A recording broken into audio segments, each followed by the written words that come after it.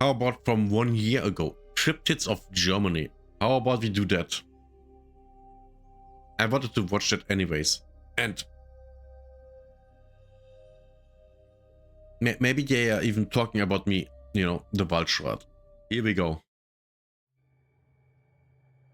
Germany is a haunted land.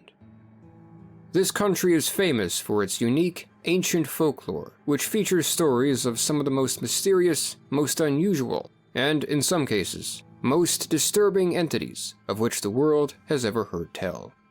Thankfully, as strange or disquieting as these legends may be, they're all matters of fiction. Or are they?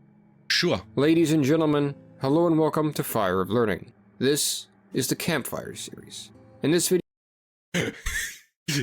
Perfect name for me. This is great. We are off to a good start. we will be telling some of these tales, examining some of the most frightening and mysterious subjects of German folklore, from spirits and the undead to creatures that could be called cryptids, to entities that are so bizarre that they are difficult to classify, and considering if there could indeed be truth to these stories. Before we begin, we would like to thank Haile Selassie, Blake Stanley, Bouncer, Kate Wellman-Nichols, and Joe Shaw for being our most recent supporters on Patreon. They join these supporters listed here who help to make videos like this possible. Now then, let's get to it. Great. Good one. Good people. The vampire. Of While course. the modern conception of the creature has been heavily influenced by the inventions of Victorian authors, the origin of the vampire lies in the much older traditions of Eastern Europe. Vampires themselves, however, belong to a much broader family of malicious, parasitic, undead entities described across the continent, which are said to arise under a variety of circumstances in which an individual is barred from passing on into the afterlife. In Germany, as well as other parts of Central Europe, we find a particularly haunting example of this with a creature that could be said to be a relative of the vampire. Don't tell me it's the Waldschrat. Hello, Emily. We are currently watching a video. Legendary Creatures of Germany. And I might be on it. Or perhaps even a type of vampire, known as a Nachtzehrer.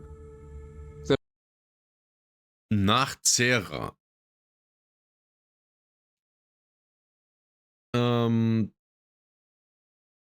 The Shroud Eater. No. The Nach doesn't come from Nacht, which means night. The Nach comes from after. After he went to the toilet, he was. I don't know.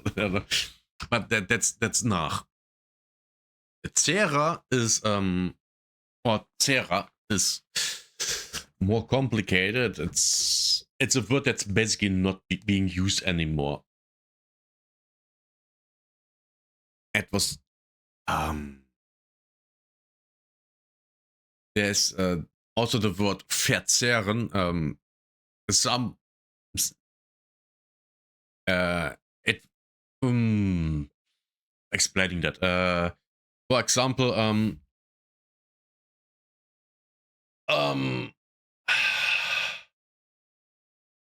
er verzehrt sich nach ihr. He is, oh my god, how to properly, I have no idea how to translate that properly. Basically that he really strongly wants her. Wants to be with her. That's roughly there. It's hard to translate. It's really hard to translate. There's no one word where I could say that it means this. It's really, really hard. The Nachtzehrer is sometimes known in English as a shroud eater, but the word is more literally translated as something like after drainer. It's really hard to translate. That was your joke. It is so named because once a Noxerer is born through death, it will seek to feed upon the vital essence or life force of the family and friends it knew in life. Legends differ on how exactly one becomes afflicted with this curse, but often it is held that the Noxerer is born out of tragedy. Some say that those who die by accident are at risk of becoming a Noxerer. Other legends hold that they rise alongside plague, and that the first victim of a given plague receives the curse. Some say that simple things, such as giving the dead a material possession with which to be buried, or leaving the name of the deceased individual written upon their burial clothing, invites the curse. But most often, it is believed that those whose lives are ended of their own volition are subjected to the curse. Regardless, the transformation occurs when the victim is laid to rest in their grave. It is said that when the Shroud Eater awakens, as this name suggests, it begins to slowly consume its own burial shroud and its own flesh. Traditions again vary at this point, but it seems that it is typically held that as it does so, it drains the life force of its own family and friends. Which basically can just be that people are grieving so badly that it looks like they are dying. It's literally just that. The Vault Beast is coming in the video. Great. Unlike the vampire, the Noxerer does not need to rise from the grave to do this. Rather, it is able to remain within the grave and feed off of its victims remotely. Yeah, it's exactly what I said. People are just grieving to a point where it looks like they're just dying. Some stories do hold that it can and does leave, however, and when it does so, it may take the form of a walking corpse or of a pig. While these legends claim that a Noxerer will rise to attack their loved ones and create havoc, they do not necessarily do so for the purpose of feeding, as it is again not necessary. The Noxerer is sometimes said to visit the local church and ring its bells before claiming its next victim, and that whoever hears these bells is— How dare you? Saying the pig is me? How dare you? Is certain to be next. If the Noxerer is not stopped, it will eventually kill its victim. Thankfully, the creature can be stopped. To determine if a Shroud Eater is active in the area, the grave of the suspected deceased must be opened and investigated. The Noxerer is said to make noise from within the grave from time to time, and therefore, listening quietly for rumbling and chewing noises may reveal its location. Chewing? In conditions of high stress, however, people were not always so patient. There are historical accounts of cases in which terrified German villagers would unearth grave after grave to examine each corpse for visible signs of unnatural activity. Sure. Once unearthed, it is said that a Noxerer will be found resting with its left eye open and one of its thumbs held in its other hand. Furthermore, its burial shroud and body will appear to have not merely been decomposed, but gnawed away at. At this point, a rock or spike may be driven into the mouth of the corpse to prevent it from further consumption, though it is safest for the corpse to be beheaded if not cremated. Jesus. If the corpse squeals during the beheading, or if it appears that its blood was still flowing, it is regarded as proof that it was a Noxerer. While the behavior— Oh boy. All the people that were found to be dead but actually weren't, and then were put in the ground, yeah. Not a good time for those people. The behavior of the Noxerer is generally believed to be driven by evil forces. Some tales suggest that the fact that it targets its own family and friends is motivated perhaps by a corrupted desire to be close to them once more. The first written records discussing what would come to be known as Noxerers date to the 17th and 18th centuries, not by coincidence roughly the same time period in which clear written records to vampires begin to become popular. Although the mythology surrounding this creature doubtlessly predates this period, and the term Noxerer itself did not arise until after this period, in the 19th century specifically. Prior to this, the creatures were called various things, such as the Schmetzende Toda, the Chomping Dead. Historically— I wish he wrote down the German names. I wish. but sadly he didn't. I wish because then I would be able to tell if I know about them or not. In Germany, undead entities in general were often referred to by the term Wiedergänger, or one who walks again, a term we shall see again in this presentation. The Noxer is one form of Wiedergänger may take. As is discussed in Thomas Bone's book Vampire, The Origins of a European Myth, it was believed in parts of Germany that women were more susceptible to the curse than men. This was not exclusive, however. In the Chronicle of Breslau, the deacon Nikolaus Pohl wrote of an incident in the 17th century in which plague had killed thousands in the local area. By the way, Breslau is now one of the bigger cities in Poland. Once German, now Polish. Actually, part of my family comes from that area. But that's a while ago. Well, not that long ago, not even 100 years. Not long after, there were reports that chomping noises were coming from the grave of a recently deceased shepherd in the village of Grossmokban. The shepherd was unearthed, and his remains were investigated. According to the Chronicle, his corpse was found with his burial shroud stained with blood and held tightly in its mouth, as though his jaws were clenching it. The shroud was removed, and the corpse was beheaded and placed in front of the churchyard. Following this, the deaths in the village reportedly stopped. As with vampires, Christian authorities, both Catholic and Protestant, and the ruling elite abhorred the desecration of graves and often outlawed such activities.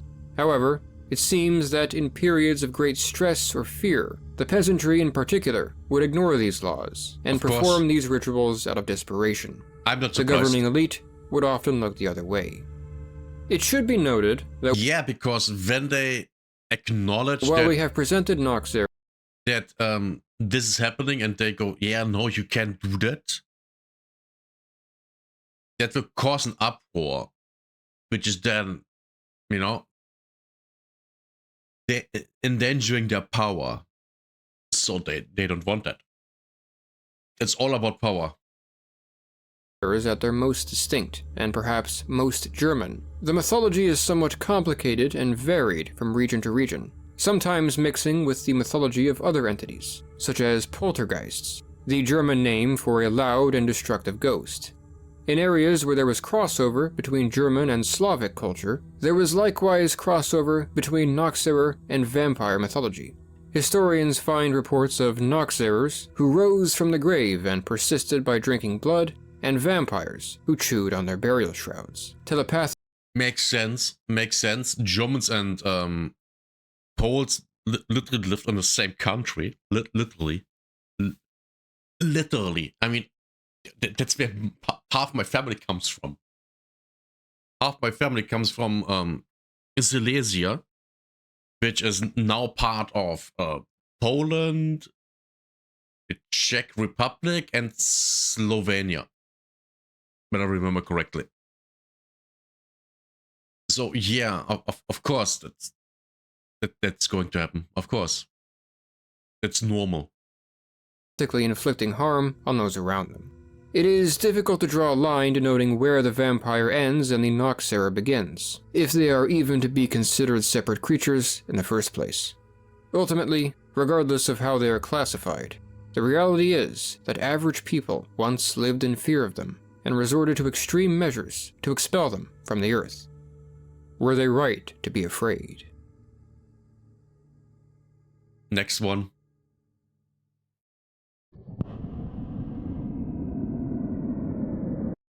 You know what's funny? This is very obviously not a natural forest. How do I know? Because the trees are all planted in a line.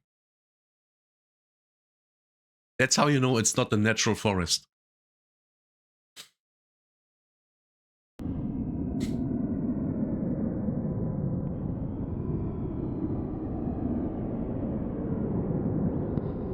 Come on.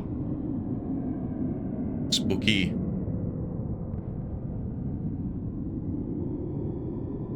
By the way, that's also a day for night shot. It just made it look like night. But it's very obvious that that's, the sun.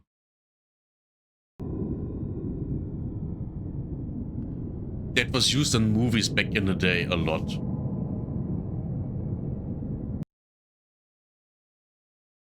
We take for granted how safe travel is today. Oh my god, this is beautiful. By the way, German forest, or generally Middle European. I love Middle European forests so much. It's so amazing. Such a big brain. Oh, shut up. Historically, longer journeys through more sparsely populated regions were often rife with dangers. Many of these were quite natural, such as bandits and wild animals. The thing is, back in the day, even Europe was sparsely populated. Even Europe. The only reason Europe is so densely populated is generally is because the continent is so tiny. There's just not enough land. So it has to be densely populated. There's no other way around. So, if legends are to be believed... For example, to put that in perspective, Texas is 3 times the size of Germany. And to put that into more perspective, you can put Germany, France, and Spain into Texas. And Texas has only 29 million people in it. Only 29 million. Germany alone has 82 million people. So with France and Spain, almost 200 million people. So that's, relation.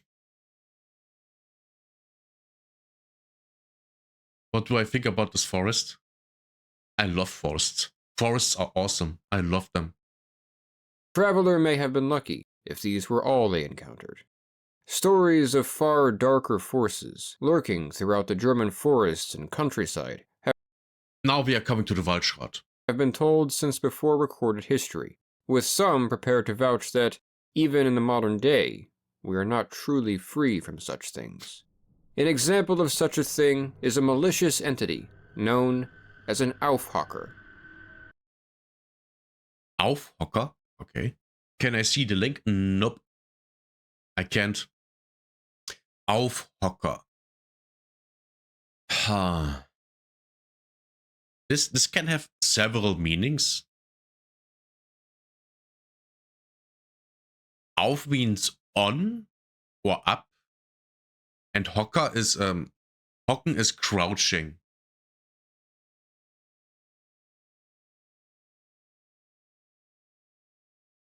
So this is, yeah.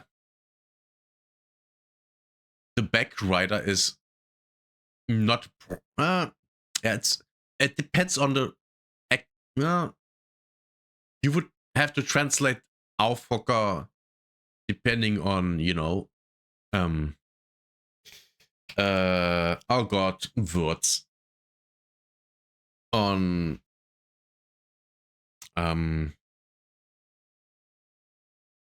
oh my god, I went completely, my brain is completely empty. Context, there context, it's all about the context. You said me, but it's probably blocked. Yeah, I think links are blocked. I think I blocked links because I get spam a lot. There is not consensus throughout Germany or the other regions to which this legend extends on what exactly an Aufhocker is or how it appears. Most, however, hold that this is because it is a shapeshifter, able to assume many different forms, and that its true form is a kind of amorphous spirit. In Western Germany, the Aufhocker takes the form of a werewolf or a black dog, In the Northeast, it is a kind of ghost. Elsewhere, it may take the form of something like a goblin, a woman, a corpse, or a variety of other animals. I have never heard of this before, ever. Ever. This is completely new to me. And guess what?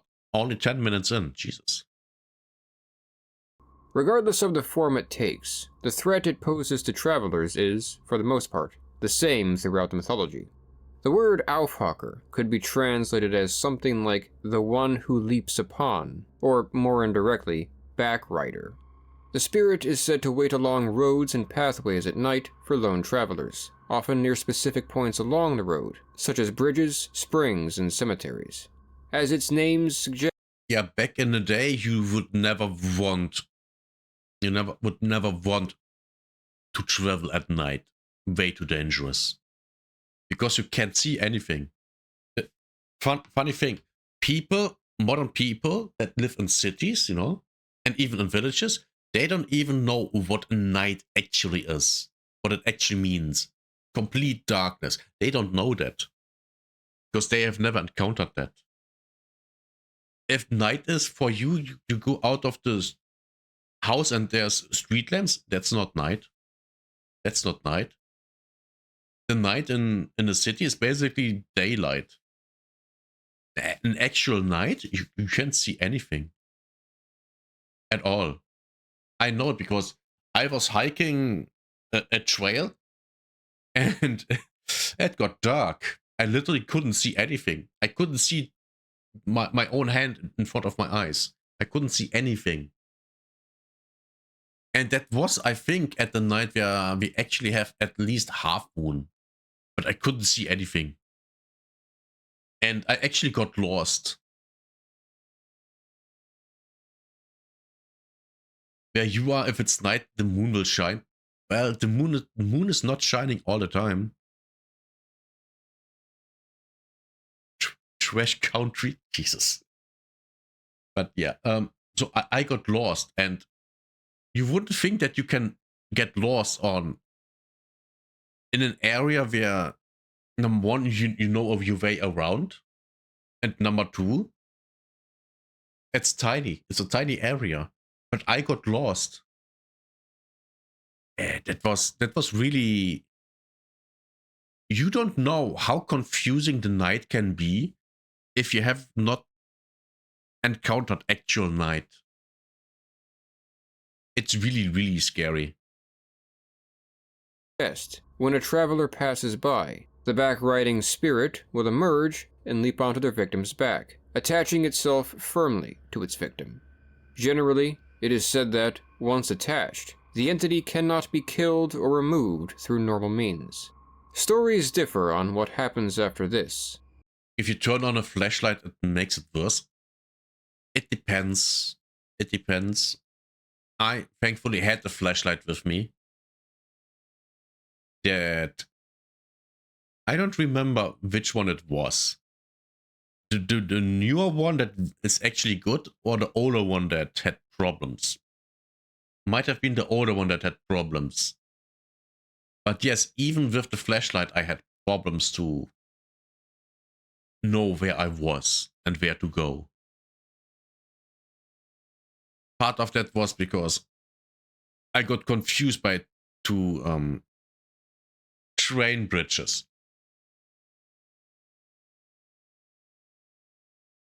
Your eyes get used to the artificial light, so you can't see that. That too, yes, that too. In some legends, the Aufhaker then immediately kills its victim. However, much more commonly, the spirit is said to merely stay attached to its victim, becoming heavier and heavier as the victim moves, until, eventually, it kills them through exhaustion. However, in these latter cases, the victim has a chance of survival. Legends provide a variety of different methods that those encumbered by the spirit may use to free themselves. If the traveler is able to make it into their homes or a church, if they survive until dawn, or if they are within earshot of ringing church bells, the spirit will unlatch and leave its victim.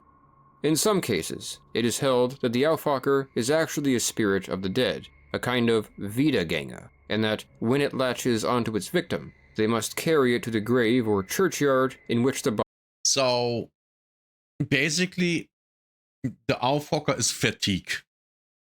Because, you know, the longer you go, the longer you walk, especially at night, you become exhausted and all of that. Your feet, your legs get heavy. You don't want to walk anymore. You just, yeah, oh my God, I'm so tired. I'm done. But then you hear the church bells and you know you're close to safety. And all of a sudden, yep, okay, I can make it. Yeah, that's easy. That it's literally just fatigue. It's literally just fatigue. Or if you see a light in the distance, oh my God, safety. And now you have a new stream of energy that makes you, you know, go. It's that simple. Give me a second. I have to ban people. Stupid kick full of bots.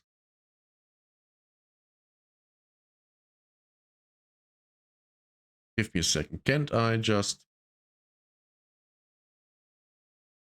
ban that?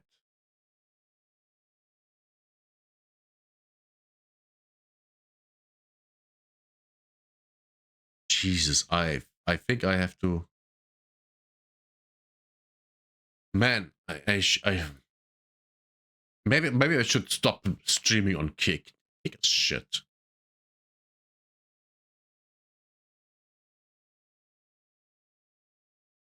Hey Wolf, yeah, because I was busy, and so I am right now. Body of the spirit was buried. Inversely, according to Carol Rose's book Giants, Monsters, and Dragons, the Aufhocker may take the form of a horse, which encourages travelers to mount it. Once mounted, the traveler will become stuck on the horse, and the spirit will take them upon a violent ride, and then eject them into a body of water. While all, especially lone travelers, have cause to fear the Aufhocker, it is said that it shows preference for those who have done evil, namely criminals.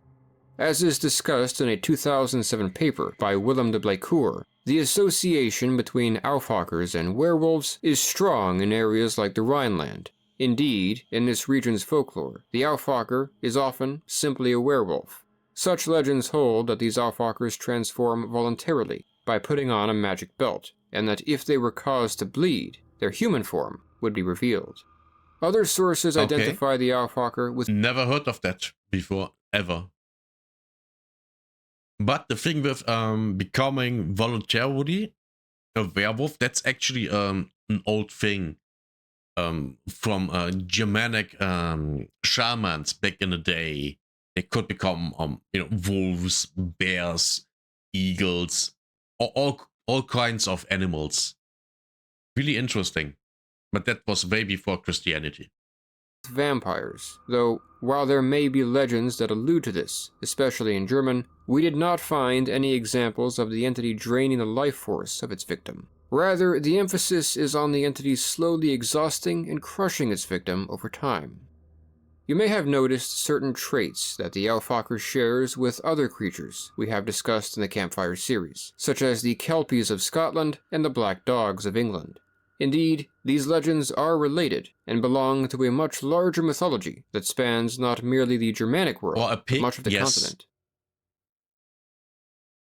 We hope that you are enjoying the video so far. If so, we would like to encourage you to consider subscribing to support the channel and keep up with more content like this in the future. Now back to the video. Throughout Germany and Austria, there is a tale of a particularly frightening creature that has kept those familiar with it indoors at night for centuries. Okay. It is believed to emerge after the sun sets to hunt for its prey from above. Its horrible cry is said to be an omen of certain misfortune to all who hear it, and for its victims, the first sign that it is already too late. It is known as the Nachtkrab, or in English, the Night Raven. Never heard of that before. Never.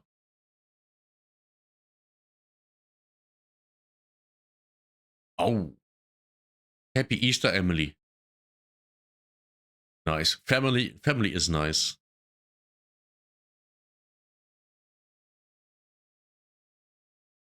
Getting caught or not. Jesus. Yeah, happy Easter to you too. Goodbye, Emily. The German night raven is typically described as a malevolent, giant, perhaps man-sized raven. Some legends maintain that the entity does not have eyes, and that if one looks into its empty eye sockets, it causes death. Other legends hold that it has holes in its wings, and that those who look at them are cursed to suffer illness. Regardless, avoiding these features will not necessarily save you. The night raven is a vicious hunter which targets human beings. For generations, German parents have used the story of the Nachtkrop to deter their children from sneaking out and wandering at night. Though, truth be told, the mythology cautions that remaining indoors is not a guarantee of protection. In some stories, the night raven displays a kind of intelligence, and will enter homes to abduct its prey, should it find it necessary to do so. Which makes sense because crows are very, very intelligent. You can't underestimate their intelligence.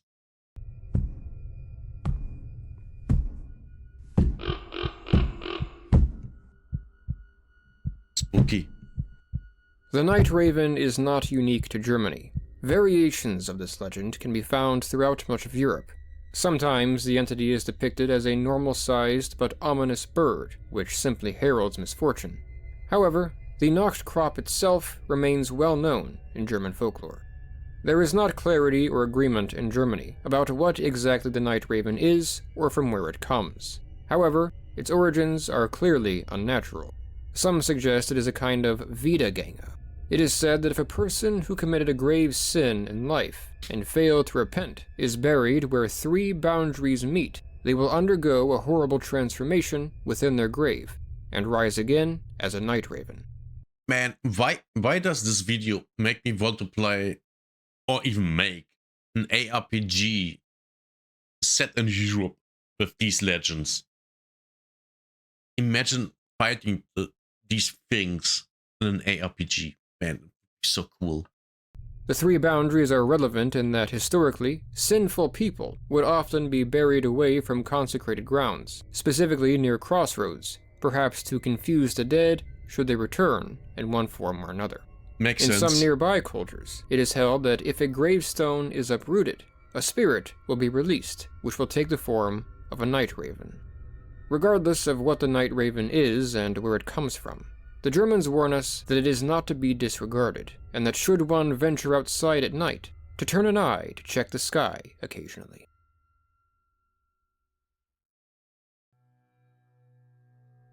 Throughout this presentation, we have seen and will continue to see that many of the most unusual entities of German folklore began as regular people who were, for one reason or another, denied the rest which comes with death, and whose souls were therefore forced to remain on the earth in an unnatural form.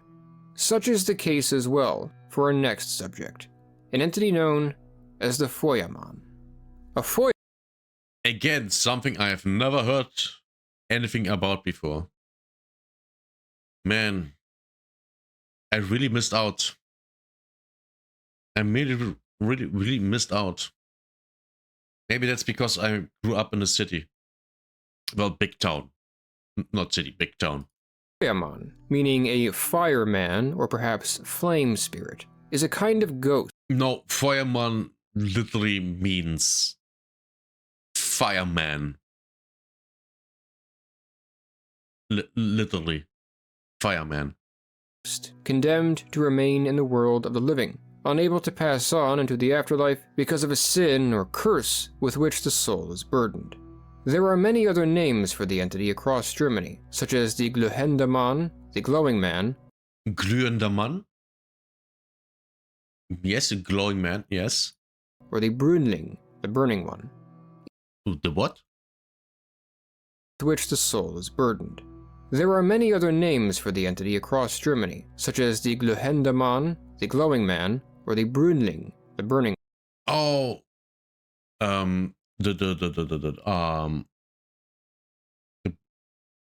wait, what? I think he misspoke the German name, and I can't make out what it was. One. Each of Many these such names is cases. a reference to its defining characteristic. A flame spirit is described as a fiery, usually humanoid entity. According to the 1933 Handwörterbuch des deutschen Aberglaubens, the most common depiction seems to be of a skeleton with a fire burning from within it, like a, quote, fire from within a wicker basket, I think I need that book. end quote. Though this is only one of many depictions. Other examples include a dark figure surrounded by a column of fire, an entity which is invisible apart from its fiery eyes, a fiery rider on a flaming horse, and even merely a regular-looking man carrying a burning object, such as a lantern. The fire of a flame spirit is typically normal in its appearance, but is sometimes said to be blue. The flame spirit will sometimes be headless, and will carry its head in its arms. Its size seems to vary, and indeed, legends hold that it can change its size, becoming significantly smaller and larger than the average person. A flame spirit will not necessarily take a humanoid form, however. It may appear as a kind of amorphous floating light, or even a blazing animal or object. Though its appearance The flowing light can it be a firefly? Just a firefly? Because there are lights that flying, right? varies considerably, its origins and behavior are somewhat more consistent. As mentioned, a flame spirit arises when a soul is barred from resting because of its actions in life. Murderers, traitors, thieves, and other criminals are all at risk of being condemned to this existence, but there are specific misdeeds which are said to increase the chances of the curse.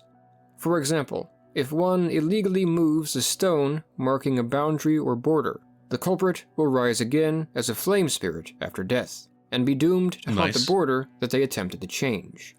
Apart from borders, flame spirits are said to manifest in fields and swamps. There is a legend of a flame spirit who haunts Lake Constance, who is said to appear before fishermen walking on top of the water. They are almost always seen at night, and are most especially apparent on certain holidays and times of year, such as Christmas, Easter, and Pentecost. Makes sense, yes. Makes absolute sense that they would come out then. Yeah. And the associated periods of Advent and Lent. In spite of its dramatic appearance and nefarious origins, flame spirits are generally believed to be relatively harmless. Rather, they are mysterious, melancholic, aimless souls awaiting the end of their purgatory. Still, most who encounter these strange, luminous figures wandering through the darkness keep their distance and view them from afar. However, there are many tales of interactions with flame spirits. Because the Foyaman is not a vengeful ghost, but a repentant one, many encounters are actually said to be positive or beneficial. For example, if a flame spirit is encountered and called out to, it will show a traveler the way to its destination in exchange for coin or a word of blessing, which is said to reduce the time it must spend atoning. Flame spirits are said to be more likely to assist a woman than a man. Legends Who could have guessed? Isn't that always the case? This is great. Of course, even in death, you'd rather have woman than man. Yeah, sure. says that if a flame spirit agrees to lead a traveler, it is important that they avoid touching it, as it is painful to do so, and avoid speaking to it, and that the traveler should enter the next building that they enter, backwards. Should the traveler fail to reward the flame spirit for its assistance, or if the ghost is otherwise disrespected, it may take revenge. It may lead the traveler in the wrong direction, become an Aufhaker and latch onto their back, or even set the traveler's possessions or home ablaze. The description presented here makes it clear that the Foyaman is connected to the much larger will-o'-the-wisp mythology seen across Europe. However, sometimes, an entity known as the Irrlicht is considered to be the closer German folklore equivalent of the... Oh yeah, Irrlicht? Yeah, that's a thing even I have heard of. Yes, an Irrlicht is something that literally just shows you the wrong way. Will-o'-the-wisp. According to Ernst Ludwig Rochholz, in his book Naturmythen, Nature Myths, Irrlichts, meaning wandering lights, are often said to be the fiery spirits of the unbaptized. They wander the earth until a priest delivers the baptismal formula over their grave while it is raining. However, these two closely related terms are at times used interchangeably.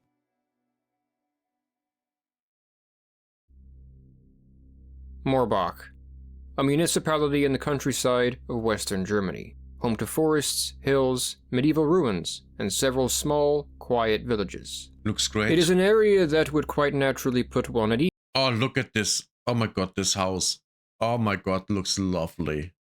I mean, you might not think so, but this is great. Looks way better than everything modern. And this thing will last forever. Because it's built like that. These are literally just massive stones. If you take care of this thing, it will last. And it already did. That thing is hundreds of years old. I would say at least 300, but how it looks.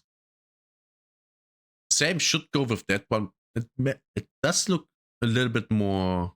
It does look younger. It does. The stone looks like it's... This looks like... It's where people actually live in, and this is more like storage. Though the tranquility of this region is betrayed by whispers of a great darkness that calls it home, one which the locals have allegedly tried to keep at bay for centuries. At this, they do seem to have been successful, or at least they were. Our story begins in the year 1812. This was the age of Napoleon, and this area was right in the middle of the conflict and instability that had engulfed Europe during his reign.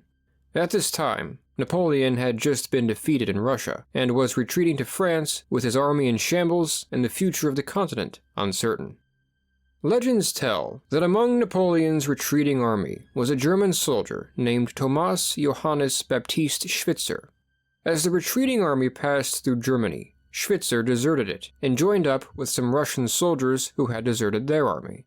They formed a gang, intent to pillage the local area while the region suffered in these unstable times. The bandits set off and soon reached the village of Moorbach. There, they broke into the home of a farmer and attempted to rob it. When the farmer caught them, they slew him and his family. Before Schweitzer reached the farmer's wife, however, she used her last words to place the curse of lycanthropy onto him, claiming that he would become a wolf every full moon as punishment for these. So a werewolf. Great. Yes. Okay. Interesting. Now, what's the legend? Heinous crimes. Schweitzer and his gang brushed off the woman's final utterance, finished their ungodly work, and left. As the days passed, however, the rest of the gang noticed a change gradually come over Schweitzer. He became progressively more savage and violent, to a point that even his fellow bandits could not tolerate. Soon they would abandon him. Schweitzer continued his criminal lifestyle on his own, though it seems at some point he disappeared into the winter, and his curse finally overcame him. Reports of banditry in the area were soon overshadowed by chilling rumors of the presence of a monster active throughout the land, a werewolf. For years, the locals of the area would fear the full moon and the chaos its rise heralded. Indeed, livestock and people would go missing and be found dead on such nights, unmistakably the victims of the creature that prowled the countryside. Eventually, one the animals just, other animals, wolves, the people just murdered. I mean, literally just that. night, a local farmer's daughter suffered a horrible encounter with the beast. When she told her family of it, the locals of the area came together and vowed to destroy it. But what happened to her? I mean, I have a guess. I can't say because she would not like that, but I have a guess. Tracked the werewolf, which led them to Schweitzer and his camp in the woods. Schweitzer, in his human form, fled and ran for miles, but the mob pursued him and caught up to him in the town of Wittlich, where he was killed. He was buried not far from the village, near what is today the village of Vennegorat. However, why would you not burn him? I would burn him. Burn him to shreds. The villagers feared that Schwitzer's death did not expunge the curse, and that the wolf might still rise again on the next full moon regardless. Thus, they constructed a shrine dedicated to the Virgin Mary over the grave, and placed either one or multiple candles around it. It was said that if the candles were not lit on the night of a full moon, the wolf would emerge from the grave and return to haunt the land. According to the legend, this holy power kept the creature within its grave for many years. Time passed, and people lived and died without ever encountering the creature. Sure. But though it gradually faded into myth, each generation dutifully remembered to light the candles before every full moon, just as their elders had instructed. About 140 years after these events, the Second World Here it comes. Here it comes. New dead people. War came to an end. Following this, the American military established a presence in Germany which has persisted to this day. Members of the American Armed Forces were stationed at various You might say an occupational army. places across the country, such as Hahn Air Base, which was constructed in 1951 to serve as a base for the American Air Force, not far from the aforementioned villages. It is claimed that it was at this base, another 30 years later, in 1988, that the legend came to life. Of course. One evening in that year, it is said that 3 off-duty American military personnel were exploring the area, and came across a shrine dedicated to the Virgin Mary, with a candle by it that they either found unlit or put out themselves. Unaware of the legend, or at least its gravity, they thought nothing of it and moved on. However, I mean, sure, if the candle was not lit, why would they think anything about it? And if it was lit, why would they turn it off? I mean, you know, you see, there's a lot of uncertainty here. What happened? according to an article published by the Fortean Times, later that night, one of the base's fence line security sensors was triggered. Base security was sent out to investigate. While approaching the site, one of the officers noticed a figure moving in the darkness.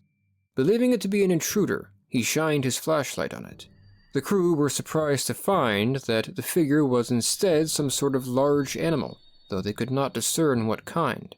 But then, the creature turned to face them, and to their utter shock, revealed itself to be a great, monstrous wolf.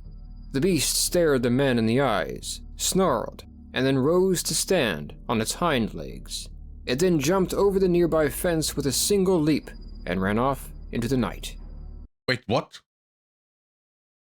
If that is an actual report, then, you know, yeah. Maybe it's true. Maybe that actually happened. I don't know. The officers quickly alerted the rest of the base of an intruder. Tracking dogs were brought to the scene as the men intended to pursue the figure. However, the dogs began to panic and refuse the orders of their masters, disrupting the effort. Nothing more was found that night. However, it seems that this was only one story of many that would emerge on the base in the 1980s and 90s of a wolfman lurking throughout the area at night, occasionally in and around the base itself. It is said that strange sounds would be heard at night outside the base. Mutilated animal carcasses would be found on the edge of the base, and occasional encounters with a wolf-like intruder who managed to evade security with its supernatural physical abilities continued. Those stationed here began to refer to the creature as Momo, short for the Moorbach monster, and while the tale was used to frighten newcomers, there were many here who believed in it, and, as we have just shown, claimed to have seen it, or at least its handiwork. It was author and University of Pittsburgh professor D.L. Ashleman who brought the tales of the Moorbach monster, specifically this initial story, to public attention in the 1990s. Wow. Okay. Now this is going wild. This is actually going wild. I like this. He claimed that in 1997 and 98, he was emailed accounts of this story by some of those present. Their accounts were republished on his website, though the witnesses remain anonymous. In 2008, German anthropologist Matthias Burgard published the book Das Monster von Moorbach, in which he discussed his extensive research into the legend and its origins. Because American servicemen were much more familiar with the story than the locals, he believed it to have been a folktale invented by Americans stationed in Germany rather than an authentic piece of German folklore. Indeed, while werewolves were certainly present and even prominent in German folklore, as we have already partly seen, there do not appear to be any references to this legend specifically which predate the airbase, nor any record of Thomas Johannes Baptist Schweitzer. Okay. So they made it up? Maybe, but no, this is curious. Are you telling me that the Americans made up stuff about Germany? This would explain the significance of the full moon in the story. The full moon did not have nearly as much significance in the original European werewolf mythology. The idea that it triggers the transformation is an American cinematic invention. Although, admittedly, some versions do. Interesting, good to know, which also explains why the shamans, the Germanic ones, could freely transform into wolves, bears, eagles, whatever, just whenever they wanted. Claim that the creature rose every night and not just on the full moon. There is also, so far as we could tell, no other evidence that these events took place apart from the accounts of the witnesses. What about the shrine under which the wolf is, or it would seem, was buried? There are many shrines dedicated to the Virgin Mary in the area. We could not identify the one specifically associated with this story. Indeed, it seems that no one is completely confident which shrine is the subject of the story, if that information was ever specified in the first place. Many of them... Very interesting. So it looks like that story was completely just made up. Have candles which are periodically lit, but none of them are known to be lit every full moon specifically, let alone every night. But then, perhaps the fact that the legend has been forgotten is the reason why, according to those stationed at Hahn Air Base, the wolf lives again. That, to be fair, that would actually make sense. Both things make... Either they made it up, the Americans, or it got forgotten and that's why it's back. Both things make sense. What's the next one? Long have these towering mountains been the source of mystery and legend. The inhabitants of this region, which includes the... Oh, I love this castle. It's so beautiful. German state of Bavaria, have long warned of a strange, fearsome creature that dwells in these mountains. Not only is this entity one of the most famous in German folklore, it may be one of the most unusual we have talked about. Is it the Waldschrat, finally? Maybe? In this series thus far. The creature is known by many names, but the Germans often refer to it as the Tatzelwurm. While this... Tatzelwurm?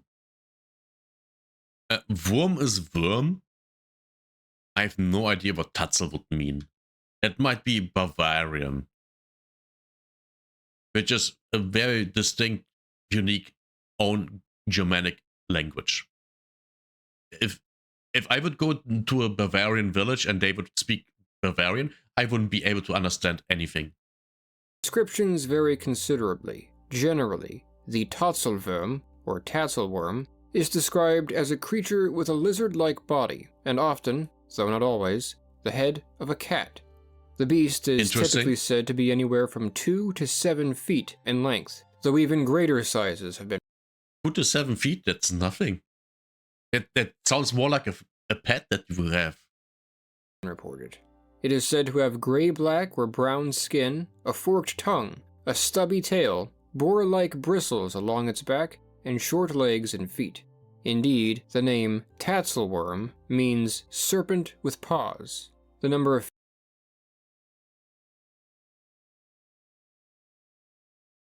Kind of no. And also, I've never heard of this one before. Ever. Feet varies from 0 to 2 to 4 to many, like a centipede. According to the 1948 book, The Lungfish, the Dodo, and the Unicorn, An Excursion into Romantic Zoology, in spite of its short legs, the Tatzelworm is said to be capable of enormous jumps. Some claim the creature is aggressive, and attacks those it encounters traveling in the mountains. Because it is believed to be extremely venomous, with its breath alone enough to kill, a Tatzelworm attack is regarded as highly dangerous. Tassel worms are said to live in caves and rock crevices. Look at this picture. Oh my god, I want that in my room. Oh my god, this is so beautiful. And appear most especially during periods of changing or humid and hot weather. Some also suggest the creature is semi-aquatic.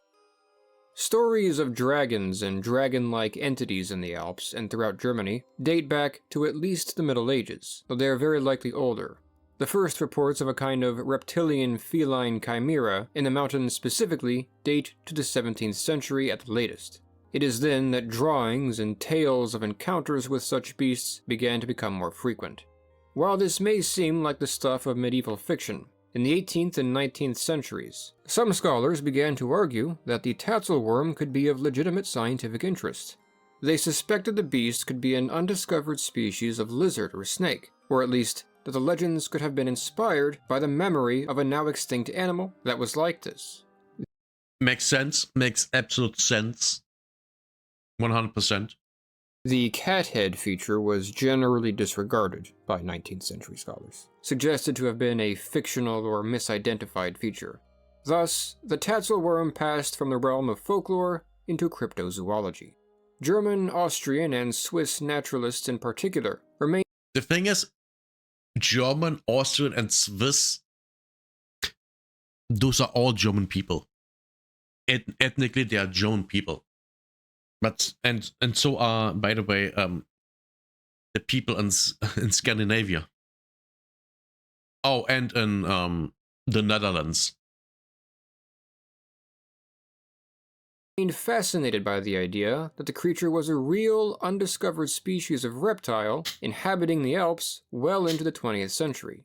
Their interest was kindled by the numerous reports of encounters with giant, poisonous lizards in the mountains that were made throughout this time.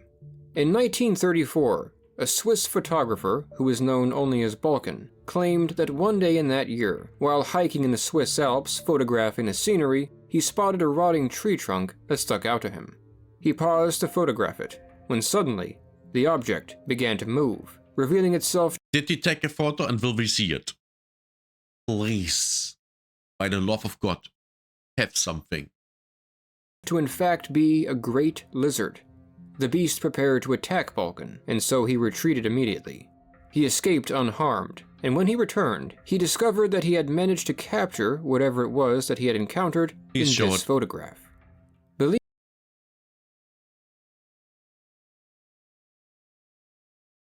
This thing looks like it's fake. But if the photo is real, you know, if this what we are seeing is real, like just the entire photo is real, this thing could be fake.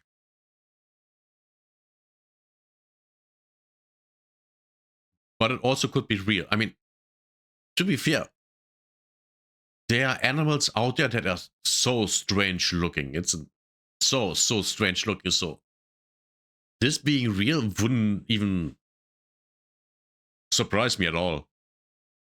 Believing the animal to be the famous tassel worm, he sent the picture to a German magazine called the Berliner Illustrierte.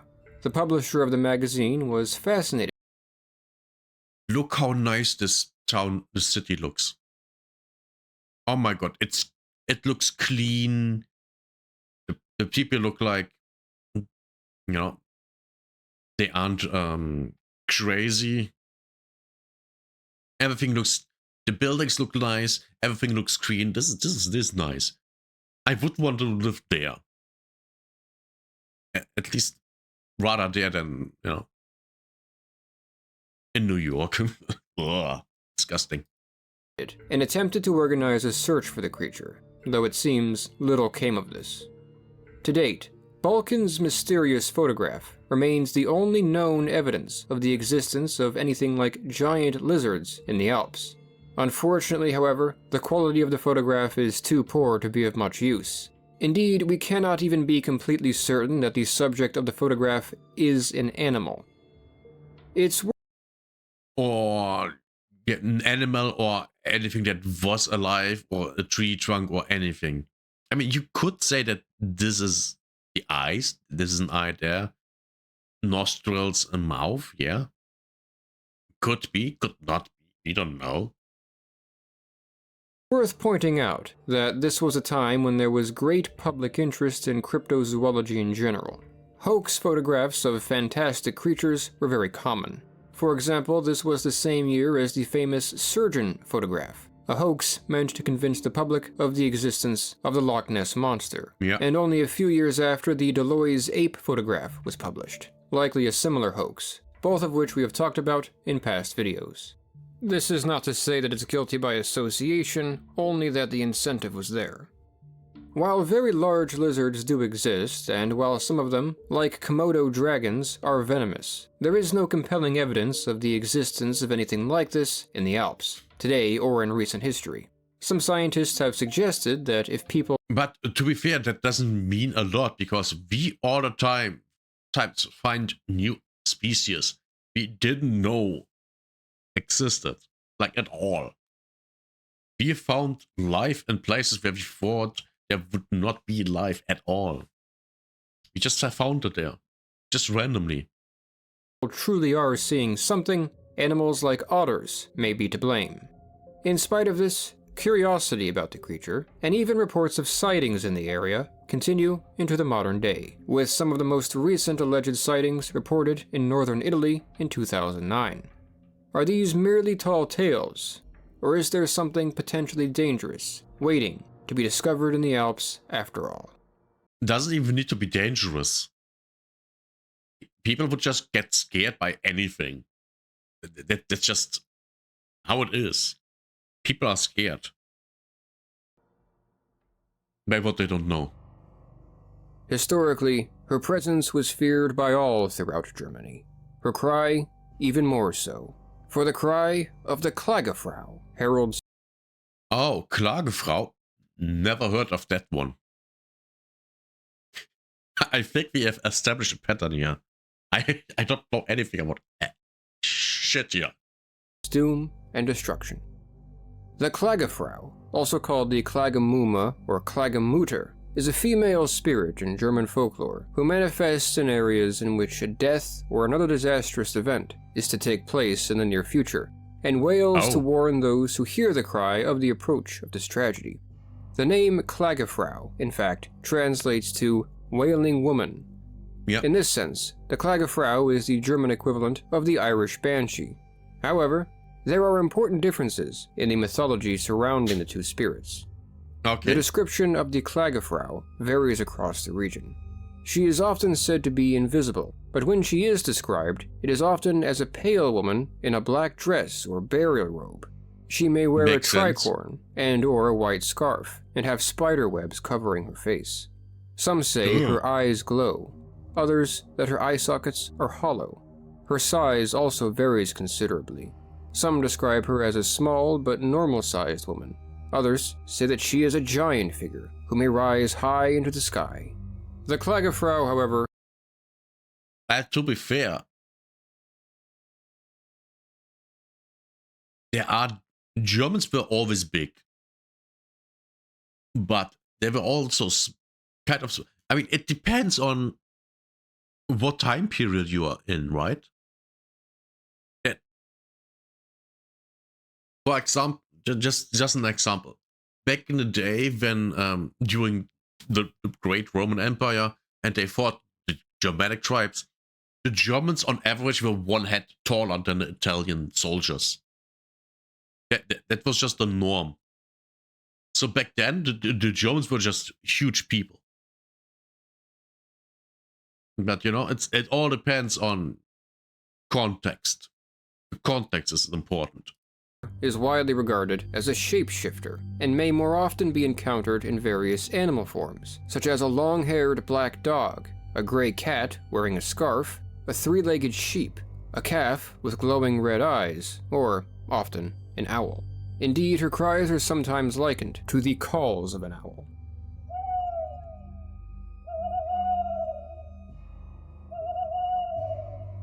The origins of this spirit are likewise uncertain and varied. Some say she is the spirit of a deceased woman, specifically a mother who lost her son tragically. Some say that there are more than one, and that a procession of Klagefrauen carrying a coffin may be witnessed in some places. Regardless of her appearance and origins, the Klagefrau's presence is widely agreed to be for the same reason. She will manifest in an area typically around midnight. The air will cool dramatically. An unnatural, deeply disquieting feeling will pervade the area, and the spirit will begin wailing to herald the coming of a tragedy. However, the doom she precedes is not necessarily what will come with certainty, as various rituals and acts seem to be able to deter that of which she warns. For example, it seems that if one can determine... So, she warns the people of something bad coming, and then people do something to avoid the bad. So they literally do what she wants. Oh, who could have guessed that that's a good thing? The tragedy that is to occur, they can sometimes offer the Klagefrau an alternative, which may influence what is to come, as long as they do so immediately upon her appearance. If the Klagefrau appears in front of a house in which an occupant is gravely ill, the family of the sick should throw the sick person's clothes outside in front of the house. If the spirit leaves the clothes, then it is said that their owner will recover. If the clothes are taken, however, the dying one is soon to die. As with the Banshee, the Klagefrau is not necessarily a harmful spirit herself, and while these rituals may deter hardships, it is not clear how much influence she herself has over them. Rather, as unnerving as her presence may be, it seems that she almost always serves as simply a premonitory messenger who vanishes after her message is delivered. Nice. That's actually something that's nice. Oh my god, I'm just thinking about how could you put this into a game? A quest giver. Literally. Before we turn to the final subject of our presentation, we must warn our audience of its especially unsettling nature. Indeed, we have never spoken of such a gruesome and horrifying entity in the entire history of this series, and likely we never will again. Oh god. And now it comes, it's a Waldschrat. Great, great. By the way, awesome picture. Awesome picture. And so we advise that the faint of heart turn off before we discuss the creature known as the Wolpertinger. What? In all seriousness, the Wolpertinger is a Wolpertinger. Have I heard of that before? No. Wolpertinger. That must be, well, like usual, some dialect. Some German dialect, I don't know. Mysterious animals said to dwell primarily in the forests of Bavaria. There is not a universally agreed upon specific description of a Wolpertinger. However, it is generally held to be a kind of chimera-like creature, or an animal made up of a combination of different animals. The most common is that of a creature with the head of a rabbit, the body of a squirrel, the wings of a pheasant, the antlers of a deer, and fangs, though various other combinations, incorporating different animals native to the area, are found in the mythology as well, which are also referred to as Wolpertingers. Wolpertinger is only the Bavarian name for the creature. Equivalents are found throughout the German-speaking world and even beyond. In Austria, the creature is known as a Rauhrockel, and in Thuringia, a Rasselbock. In spite of its intimidating appearance, the Wolpertinger is not actually a threat to humans. It is, rather, an odd, elusive, and magical creature. The Wolpertinger is most likely to be found in the forests at night under the full moon. Legends tell of hunters who have captured them, but this is very difficult to do. Some say that those with the best odds of catching them are beautiful women, as the animals... Of course, it's always woman. It's always woman. It's all... Why are all the freaking creatures attracted to beautiful women? Oh, I wonder why. It's always the same. Are enamored of female beauty. While the Wolpertinger was widely regarded as a fictional creature, the notion of the existence of what was called the Lepus cornutus, or the horned hare, was taken seriously by naturalists of the early modern era. Fascinatingly, in spite of its fantastical nature, of all the creatures mentioned in this episode, the Wolpertinger may have the most basis in reality. There are no hares or rabbits with naturally occurring horns. However, there is a disease called Shope papillomavirus, which causes the growth of cancerous tumors on these animals that can, somewhat, resemble antlers or horns in some cases. Makes sense. It's possible, though not certain, that this disease may have spawned the legend and been the source of some of the reports of sightings and even claims of capturing and possessing living horned hares, although it likely does not explain everything. But it would make sense. It would make sense. Absolutely, yes. It is certain that pure myth and taxidermic fabrications embellished the legend once it had begun, regardless of its origins, especially because, again, horned hares or rabbits are only one form in which the Wolpertingers are described, although it is the most common. Similar to the Wolpertinger is the Helvetrich of Western Germany. The Helvetrich is said to resemble something like a chicken with antlers and scales instead of feathers. Helvetrichen are said to be a bizarre cross between a fowl. I wish he would have shown the German name, because that would be way more easy for me. Way more easy for me and you. And either a goblin or an elf, which hatch from eggs laid throughout the forest. I hope you enjoyed this video. If so, I did. Oh my god, this was great. I invite you to come check out the rest of Fire of Learning, especially our other campfire videos, and to subscribe to keep up with more videos like this in the future. To support the channel further, there is a link to our Patreon in the description. A special thanks to our current supporters, once again listed here. Thank you for watching, and we hope to see you next time around the campfire. Literally the same as me. they also have a campfire channel. Great. Great. It's just like me. Awesome. Yeah, perfect. Okay. Okay. Good to know. That was interesting. That was really, really interesting. I loved that video.